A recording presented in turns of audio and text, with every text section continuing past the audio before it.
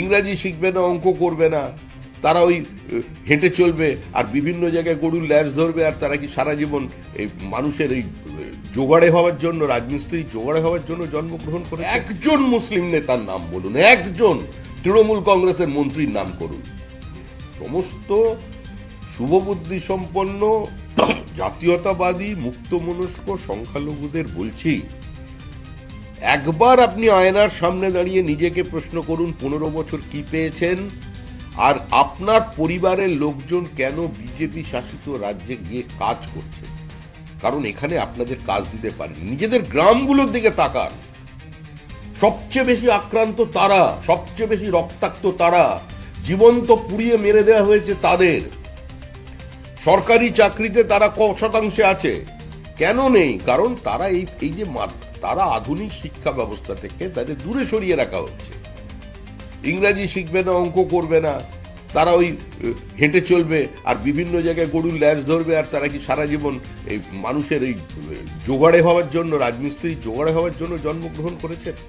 তাদের পরিবারকেও তো এর বাইরে বার করে আনতে হবে।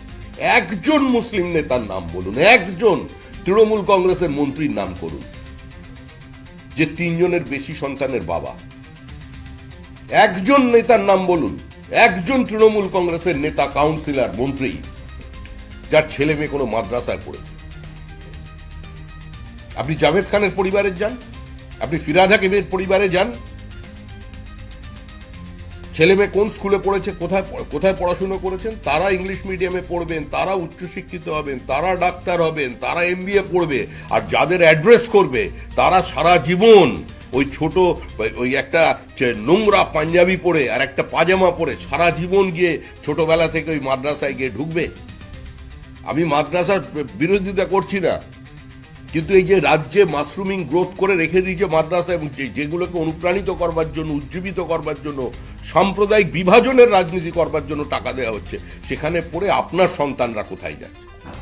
আর নেতারা কেন তাদের ছেলে মেয়েদের পাঠাচ্ছে না মাদ্রাসা? বক্তৃতা করবার সময় বিজেপির বিরুদ্ধে বলবেন, বিজেপি মুসলিম বিরোধী, বিজেপি দাঙ্গা লাগাতে চায়, সব তো বলে ফেললেন। দাওয়াতে ইসলামের কথাও বলে ফেললেন, একদম বাবরি মসজিদও বানিয়ে দেবে সে কথা ঘোষণা করে দিলেন। আবার এখন বলছেন মুখ্যমন্ত্রী শিখিয়ে দিয়েছিল বলার জন্য। সবই তো বলা হয়ে গেল, বাকিটা কি থাকলো? বাকিটা এটাই আছে যে নতুন সরকার পশ্চিমবঙ্গবাসীর জন্য কাজ করবে, কোনো হিন্দুর জন্য, কোনো মুসলমানের জন্য নয়। নরেন্দ্র মোদী কোভিড কালের পর থেকে 80 কোটি মানুষকে বিনা পয়সায় রেশন দিচ্ছেন। মুসলিমরা গ্রহণ করেন, তারা পাচ্ছে না। কেউ ভাগ করে দিয়েছে নাকি লেখে HM বলে? ভ্যাকসিন, কেন্দ্রের এতগুলো সরকারি প্রকল্প আছে, এই যে পশ্চিমবঙ্গে এত বেনিফিশিয়ারি আছে সোশ্যাল ওয়েলফেয়ার প্রজেক্টে, তার মধ্যে মুসলিম নেই। সংখ্যাগুরু তারা যারা বেনিফিশিয়ারি হয়েছেন, তাদের মধ্যে উজালা গ্যাস তারা পাননি।